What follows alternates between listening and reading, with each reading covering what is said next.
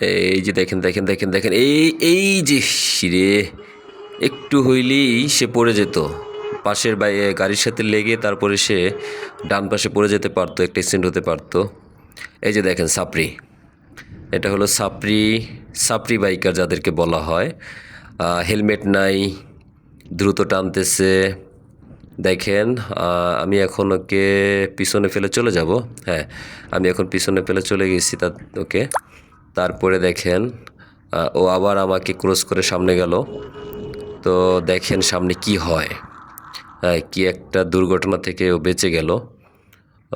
একটু দেখেন, এই যে এখনই দেখতে পাবেন, এখনই দেখতে পাবেন। দেখেন এই যে এই যে এই এই যে দেখেন, এই মানে কি করলো দেখেন, এভাবে কেউ ঘুরায়?